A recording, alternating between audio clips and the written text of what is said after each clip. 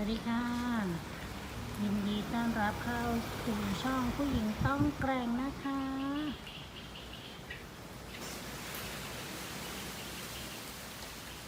มานั่งอยู่หน้าบ้านค่ะ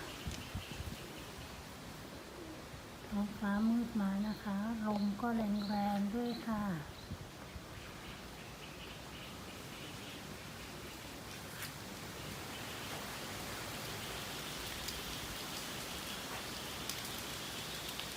ลมมาแรงค่ะ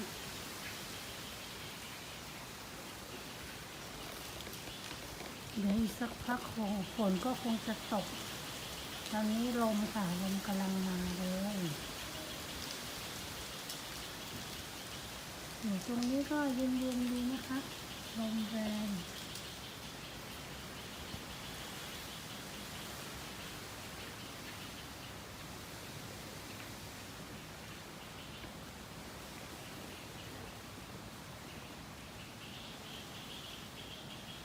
ช่วงนี้มืดครึ้มมาสองวันแล้วนะคะ2 วันแล้วนะแล้วมีลมด้วย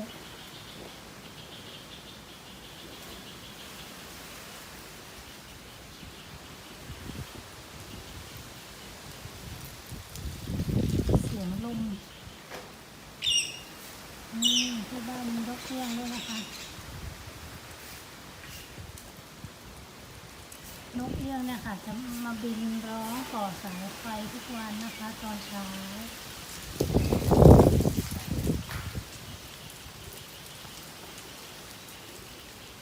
บางทีไม่แน่ใจว่าเขาไล่กัดจิกกันหรือว่าเขาจีบกัน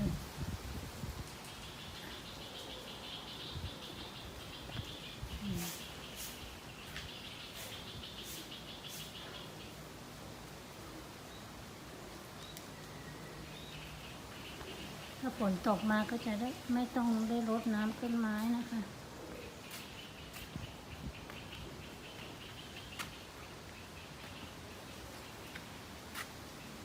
ต้นพริกต้นนี้มีที่มาที่ไปนะคะเนี่ยซื้อพันธุ์มาจากในมาร์เก็ตเพลสแต่เป็นที่โฆษณานะก็เหมือนว่าเป็นพริกเม็ดยาวๆเกือบถึงศอกอะค่ะแต่ว่าพอซื้อมาปลูกจริงๆเม็ดเขาได้แค่นี้ค่ะเป็นพริกไทยบ้านเรานี่ใช่ไหมคะสั้นขนาดนี้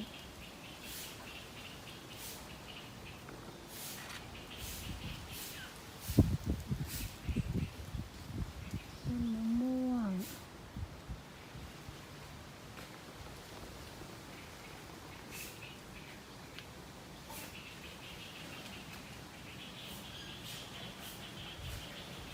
ชมบรรยากาศรอบบ้านนะคะพืชผักสวนครัวปลูกไว้ก็ได้กินค่ะได้เก็บไปปรุงอาหาร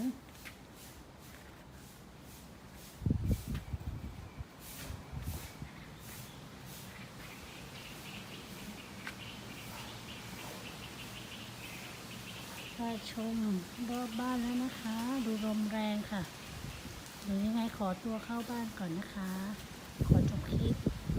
ไว้เพียงเท่านี้เนาะยังไงรบกวน